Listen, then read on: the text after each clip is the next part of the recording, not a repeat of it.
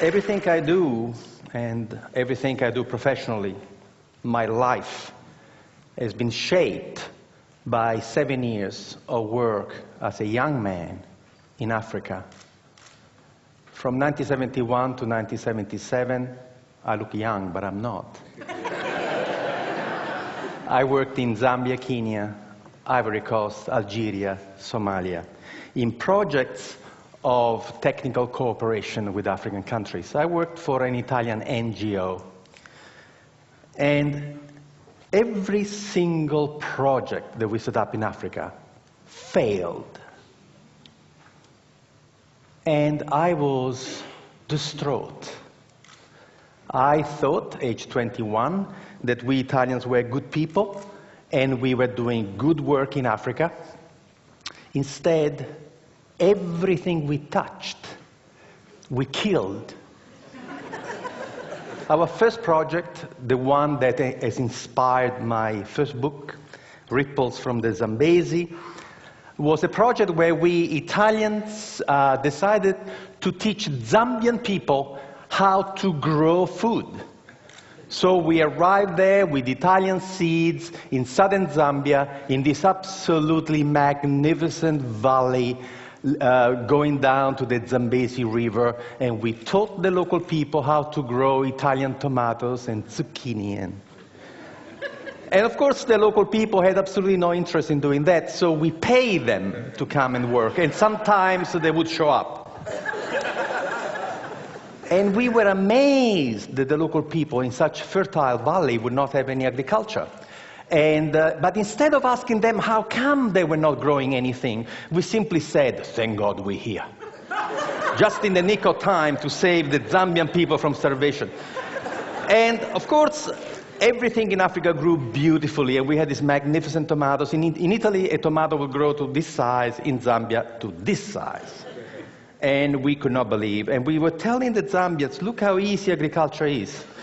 When the tomatoes were nice and ripe and red, overnight, some 200 hippos came out from the river and they ate everything. And we said to the Zambians, my God, the hippos! And the Zambians said, yes, that's why we have no agriculture here. Why didn't you tell us? You never asked. I thought it was only us Italians blundering around Africa, but then I saw what the Americans were doing, what the English were doing, what the French were doing, and after seeing what they were doing, I became quite proud of our project in Zambia, because you see, at least we fed the hippos. You should see the rubbish.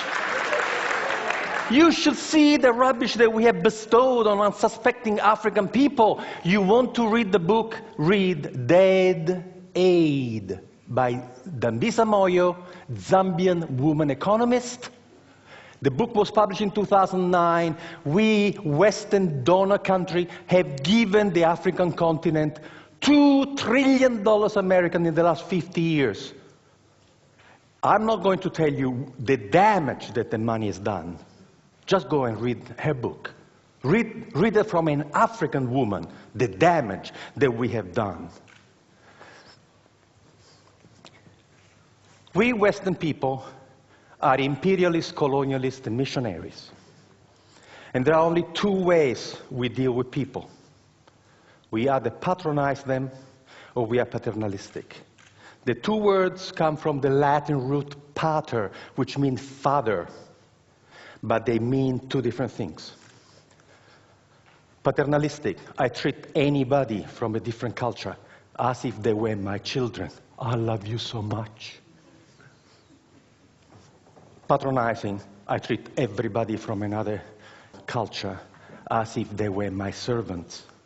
That's why the white people in Africa are called Bwana, boss.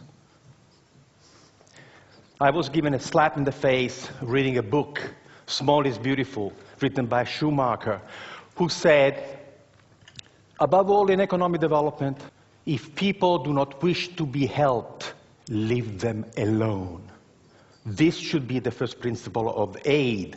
The first principle of aid is respect. This morning, the gentleman who opened this conference lay a stick on the floor and said, can you imagine a city that is not neocolonial? I decided, when I was 27 years old, to only respond to people. And I invented a system called enterprise facilitation, where you never initiate anything, you never motivate anybody, but you become a servant of the local passion, the servant of local people who have a dream to become a better person. So what you do, you shut up, you never arrive in a community with any ideas, and you sit with the local people. We don't work from offices. We meet at the cafe. We meet at the pub. We have zero infrastructure. And what we do, we become friends. And we find out what that person wants to do. The most important thing is passion. You can give somebody an idea. If that person doesn't want to do it, what are you going to do? The passion that the person has for her own growth is the most important thing. The passion that the man has for his own personal growth is the most important thing. And then we help them to go and find the knowledge, because nobody in the world can succeed alone. The person with the idea may not have the knowledge, but the knowledge is available. So years and years ago, I had this idea, why don't we for once, instead of arriving in a community to tell people what to do, why don't for once listen to them, but not in community meetings? Let me tell you a secret. There is a problem with community meetings. Entrepreneurs never come. And they never tell you in a public meeting what they want to do with their own money, what opportunity they have identified. So planning has this blind spot. The smartest people in your community, you don't even know, because they don't come to your public meetings. What we do, we work one-on-one. And to work one-on-one, you have to create a social infrastructure that doesn't exist. You have to create a new profession. The profession is the family doctor of enterprise, the family doctor of business, who sits with you in your house, at your kitchen table, at the cafe, and helps you find the resources to transform your passion into a way to make a living. I started this as a tryout in Esperance, in Western Australia. I was doing a PhD at the time, trying to go away from this patronizing bullshit that we arrive and tell you what to do. And so what I did in Esperance that first year was to just walk the streets.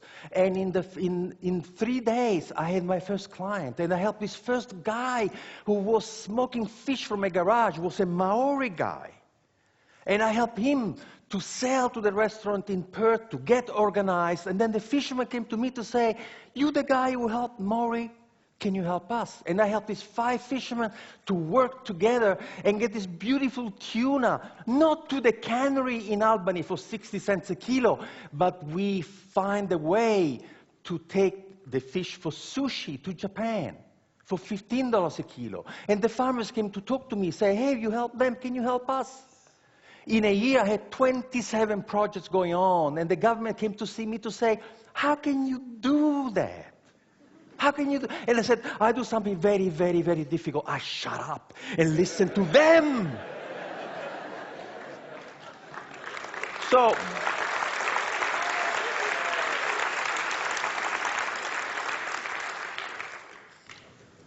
the government says, do it again. We've done it in 300 communities around the world. We have helped to start 40,000 businesses. There is a new generation of entrepreneurs who are dying of solitude. Peter Drucker, one of the greatest management consultants in history, died aged 96 a few years ago. Peter Drucker was a professor of philosophy before becoming involved in business. And this is what Peter Drucker says. Planning is actually incompatible with an entrepreneurial society and economy. Planning is the kiss of death of entrepreneurship. So now you're rebuilding Christ Church without knowing what the smartest people in Christ Church want to do with their own money and their own energy. You have to learn how to get these people to come and talk to you. You have to offer them confidentiality, privacy. You have to be fantastic at helping them. And then they will come, and they will come in droves. In a community of 10,000 people, we get 200 clients. Can you imagine in a community of 400,000 people, the intelligence and the passion? Which presentation have you uploaded the most this morning? Local, passionate people. That's who you have uploaded. So what I'm saying is that entrepreneurship is where it's at. We are at the end of the first industrial revolution, non-renewable fossil fuels, manufacturing, and all of a sudden, we have systems which are not sustainable. The internal combustion engine is not sustainable. Freon way of maintaining things is not sustainable. What we have to look at is at how we feed, cure, educate, transport, communicate for 7 billion people in a sustainable way. The technologies do not exist to do that. Who is going to invent the technology for the green revolution? Universities, forget about it. Government, forget about it. Would be entrepreneurs, and they're doing it now. There's a lovely story that I read in a futurist magazine many, many years ago. There was a group of experts who were invited to discuss the future of the city of New York in 1860. And in 1860, this group of people came together, and they all speculated about what would happen to the city of New York in 100 years. And the conclusion was unanimous. The city of New York would not exist in 100 years. Why? Because they look at the curve and say, if the population keeps growing at this rate, to move the population of New York around, they would have needed 6 million horses. And the manure created by 6 million horses would be impossible to deal with. They were already drowning in manure. So 1860, they are seeing this dirty technology that is going to choke the life out of New York. So what happens in 40 years' time, in year 1900, in the United States of America, there were 1,001 car manufacturing companies. 1,001. The idea of funding a different technology had absolutely taken over. And there were tiny, tiny little factories in backwaters, Dearborn, Michigan, Henry Ford. However, there is a secret to work with entrepreneurs. First, you have to offer them confidentiality, otherwise they don't come and talk to you. Then you have to offer them absolute dedicated, passionate service to them. And then you have to tell them the truth about entrepreneurship. The smallest company, the biggest company, has to be capable of doing 3 things beautifully. The product that you want to sell has to be fantastic. You have to have fantastic marketing. And you have tremendous financial management. Guess what? We have never met a single human being in the world who can make it, sell it, and look after the money. Doesn't exist. This person has never been born. We've done the research. And we have looked at the 100 iconic companies of the world: Carnegie, Westinghouse, Edison, Ford, all the new companies, Google, Yahoo. There's only one thing that all the successful companies in the world have in common. Only one. None was started by one person. Now we teach entrepreneurship to 16 years old in Northumberland, and we start the class by giving them the first 2 pages of Richard Branson's autobiography, and the task of the 16 years old is to underline in the first 2 pages of Richard Branson's autobiography how many times Richard uses the word I, and how many times he uses the word we. Never the word I and the word we, 32 times. He wasn't alone when he started. Nobody started a company alone. No one. So we can create a community where we have facilitators who come from a small business background, sitting in cafes, in bars, and are your dedicated buddies, who will go to you what somebody did for this gentleman who talked about, this epic. Somebody who will say to you, what do you need? What can you do? Can you make it? Okay, can you sell it? Can you look after the money? Oh, no, I cannot do this. Would you like me to find you somebody? We activate communities. We have groups of volunteers supporting the enterprise facilitator to help you to find resources and people. And we have discovered that the miracle of the intelligence of local people is such that you can change the culture and the economy of this community just by capturing the passion, the energy, and imagination of your own people. Thank you.